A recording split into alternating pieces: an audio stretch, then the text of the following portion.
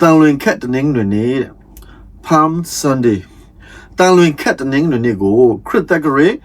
300စုနှစ်8300လောက်ကပေါ့နော်အဲ့ဒီအချိန်မှာဂျေရုရှလင်သင်းတော်မှာစတင်ကျင်းပခဲ့တယ်တချို့ကတော့ Hoshna တနင်္ဂနွေနေ့လို့ခေါ်တာပေါ့နော် Hosanna Day လို့လည်းခေါ်ပါခဲ့တယ်အဲ့လိုပြုလို့ကျင်းပခြင်းကဂျေရုရှလင်မြို့ကိုသခင်ခရစ်တော်နောက်ဆုံးအချိန်ကြွလာတဲ့အချိန်မှာသူ့ကိုဘယင်တပါးကဲ့သို့ကြိုးဆိုကြပုံကိုပြန်ပြီးတော့သတိရဖို့ဖြစ်တယ်တနင်္ဂနွေနေ့မှာထဲမှာဒီနေ့ဟာတန်ရှင်သောနေ့လို့လည်းခေါ်ကြတယ်ထိုအချိန်၌သခင်ခရစ်တော်ကနောက်တစ်ဖန်ငါပြန်လာအောင်မည်ဟုဆိုတဲ့အတိုင်းပဲခရစ်ယာန်များရဲ့စိတ်ထဲနဲ့မကြာမီပင်လျင်သခင်ခရစ်တော်ဒုတိယအကြိမ်ကြွလာမည်ကိုမျှော်လင့်နေကြောင်းကိုနားလည်ရတယ်အဲ့ဒီခေတ်ခါတကားပေါ့နော်တန်လွင်ခက်တွေစုံလုံးခက်တွေကိုအမျက်တနိုးထားပြီးတော့မှအောင်မြင်မှုအထိမ်းအမှတ်နဲ့အသုံးပြုကြတော့တွေ့ရတယ်အချို့ကအပြေးပြိုင်တွေထဲမှာဆွေရတဲ့သူကိုတန်လွင်ခက်တွေစုံလုံးခက်တွေနဲ့တော်ဖူပြုတ်လို့ပြီးတော့မှချင်းမြင့်တာတွေ့ရတယ်တခင်ရှုခရစ်တော်ယေရုရှလင်မြို့တို့ကြွလာတဲ့အခါမှာလည်းပဲတန်လွင်ခက်တွေစုံလုံးခက်တွေဝိယံပြီးတော့အောင်မြင်ထိမ်းအမှတ်အပြေးကြိုဆိုကြတယ်ဒါကြောင့်မို့တန်လွင်ခက်နဲ့ပြန်လျောက်ရှိလာတဲ့အခါမှာခရိယာန်များဟာဖျားရှိခိုးကျောင်းကိုတန်လွင်ခက်တွေစုံမလိုခက်တွေယူလာကြတယ်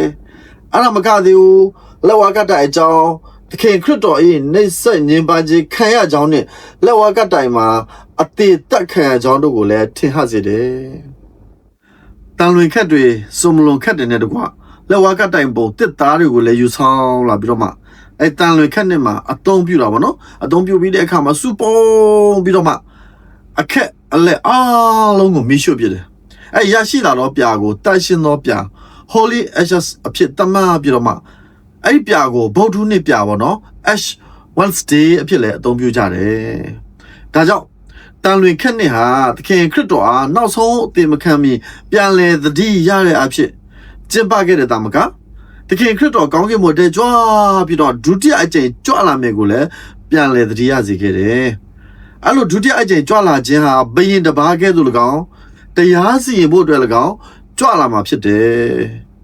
အဲ့ဒီနေ့ရက်ကိုကျင့်ပခြင်းအဖြစ်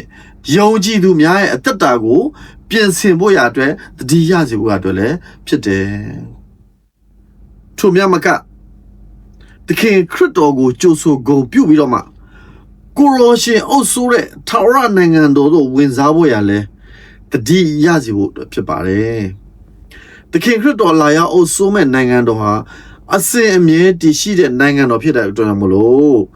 ယုံကြည်သူများရဲ့အသက်တာ၌အမြဲတမ်းအစဉ်သစ်ပြင်ဆင်နိုင်ရန်အဲ့ဒီနေ့ရက်ကိုတတိယစေခဲ့ပါတယ်ချစ်တော်နှမမိတ်ဆွေပေါင်းတို့ဒါကြောင့်ဒီပတ်ဟာတန်လွင်ခက်တနင်္ဂနွေနေ့ Palm Sunday ဖြစ်တဲ့ကြောင့်မလို့ Palm Sunday အကြောင်းကိုဒီလောက်ပဲကျွန်တော်တင်ပြပြီးတော့မှနောက်လာမယ့်အပတ်Easter Sunday ကြာလို့ရှိရင်တော့ Easter Sunday နဲ့ပတ်သက်ပြီးတော့လည်းပဲကျွန်တော်ဆက်လက်ပြီးတော့မှဝေမျှပေးသွားမှာဖြစ်ပါတယ်အားလုံးကိုကျေးဇူးတင်ပါတယ်အားလုံးကိုဖျားရှိကောင်းချီးပေးပါစေ